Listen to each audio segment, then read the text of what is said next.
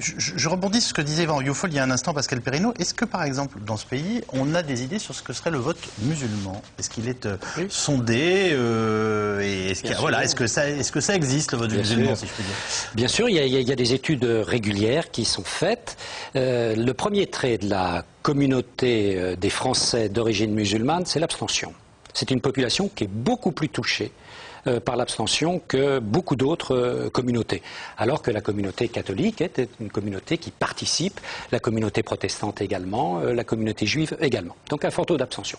Pour ceux en revanche qui se déplacent, c'est une communauté très différente de la communauté catholique. Vous pouvez nous donner des proportions ça dépend. Ils participent ou ils ne participent pas? Ça dépend. Par exemple, à la présidentielle de 2007, c'était un des segments de la population française dans lequel le taux d'abstention était le plus élevé. On était au-dessus de 40%. Donc là, vous avez en effet, c'est le phénomène majeur. Pour ceux qui, en revanche, se déplacent aux urnes, ils votent beaucoup plus à gauche qu'à droite. Donc là, on a une population française musulmane qui est extrêmement différente de la population catholique. Mais il faut savoir que ça pèse moins que les catholiques pratiquants. Il ne faut pas, démographiquement, d'abord parce qu'ils sont moins nombreux. C'est une population qui vote beaucoup moins, donc politiquement, elle pèse beaucoup moins.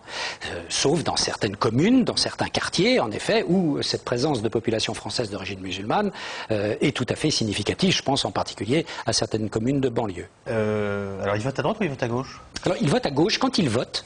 Quand ils votent beaucoup plus à gauche, avec un clivage, même si on va dans le détail, générationnel.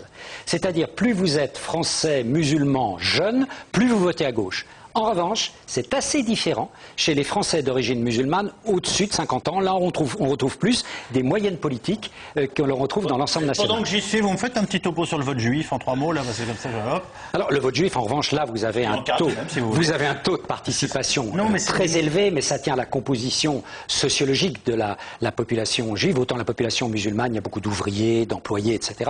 La population juive est il y a beaucoup de professions intellectuelles, de cadres, de col blanc, donc ils participent, eux, davantage.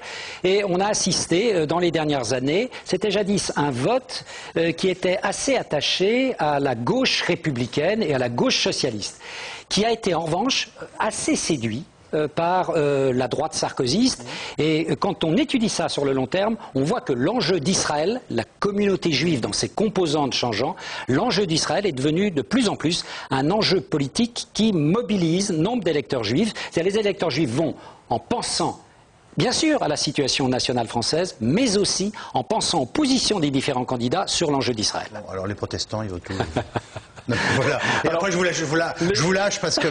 Non, mais c'est intéressant ce que vous nous racontez. Les protestants, c'est une population également très participationniste, un peu pour les mêmes caractéristiques et les mêmes raisons que la population juive. Les protestants sont très urbains, il y a beaucoup de cadres, donc ils ont toutes les caractéristiques qui poussent à la participation politique et à la participation électorale. C'est pendant longtemps une population qui, là, a été un peu plus à gauche. Mais attention, la gauche avant tout socialiste.